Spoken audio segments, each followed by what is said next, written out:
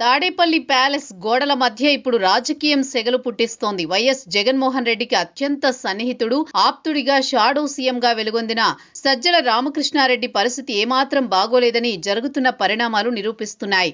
రాజకీయాల్లో ప్రత్యర్థిని విమర్శించేటప్పుడు ఆధారాలు పక్కాగా ఉండాలి. తప్పుడు లెక్కలతో పాత వీడియోలు ఉన్నాయన్న స్పృహ లేకుండా స్క్రిప్టులు సిద్ధం చేయడం వల్ల జగన్ ఇమేజ్ డ్యామేజ్ అయ్యింది. తనను జోకర్గా మార్చేస్తున్నారన్న కోపం జగన్లో మొదలైంది. రాజకీయాల్లో నాయకుడికి సమాచారం అందించే వ్యవస్థ ఎంత బలంగా ఉంటే అంత మంచిది. జగన్ విషయంలో అది రివర్స్ అవుతున్నట్లు కనిపిస్తోంది.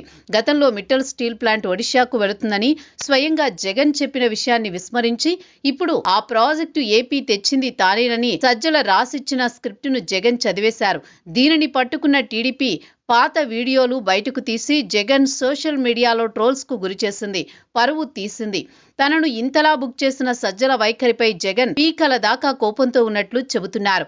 రాజధాని విషయంలో గతంలో జగన్ అసెంబ్లీలో చెప్పిన మాటలకు తర్వాత తీసుకున్న 3 రాజధానుల నిర్ణయానికి పొంతన లేకపోవడాన్ని ప్రతిపక్షాలు సమర్థవంతంగా ప్రజల్లోకి తీసుకువెళ్లాయి. ప్రతిసారి సజ్జల ఇచ్చే సలహాలు జగన్ సమర్థించుకోలేని స్థితికి నెట్టివేస్తున్నాయి.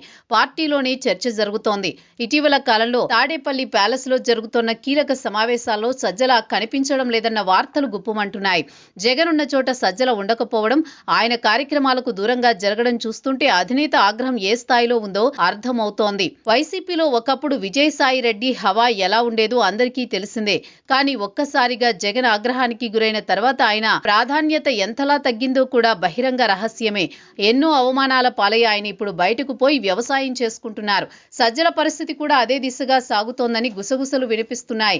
తన తప్పులను కప్పిపుచ్చుకోవడానికి సజ్జల ఏదైనా కొత్త కుట్రను సక్సెస్ఫుల్ గా అమలు చేసి జగన్ నమ్మకాన్ని గెలుచుకోకపోతే ఆయన రాజకీయ ప్రస్థానం ప్యాలెస్ బయటే ముగిసిపోయే అవకాశం ఉందన్న చర్చ ఇప్పుడు జోరుగా సాగుతోంది.